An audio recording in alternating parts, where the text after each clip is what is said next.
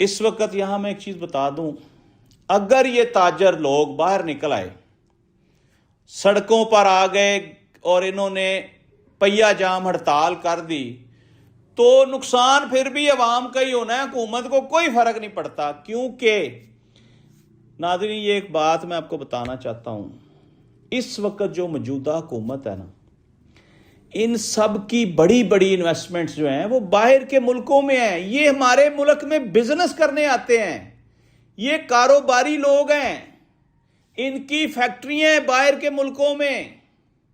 آپ سب کو پتہ ہے، یہ صرف اور صرف بزنس کرنے آتے ہیں، اور یہ بزنس کے طور پر ہمارا ملک لیتے ہیں۔ ایک بات سن کر آپ حیران ہوں گے، میں ایک بہت بڑے صحافی کا تجزیہ سن رہا تھا، بلکہ ان کی پوری رپورٹ تھی، اس کے اوپر ان کی ریسرچ تھی۔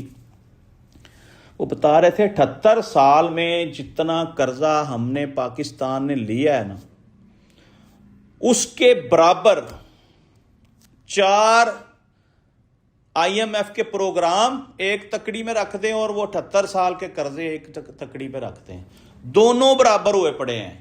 اب ہوگا کیا کہ یہ تو دھڑا دھڑ قرضے لے ہی جا رہے ہیں، عوام سے ٹیکس بھی لے ہی جا رہے ہیں۔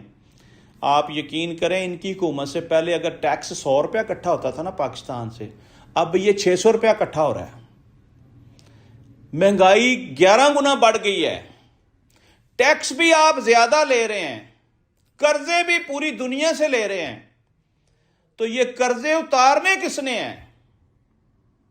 یہ جب جائیں گے نا تو اس وقت پتہ چلے گا کہ ہمارے ملک کو کس قدر مقروض کر کے چلے گئے اور ہماری جڑیں کھوکھلی کر کے چلے گئے ہیں۔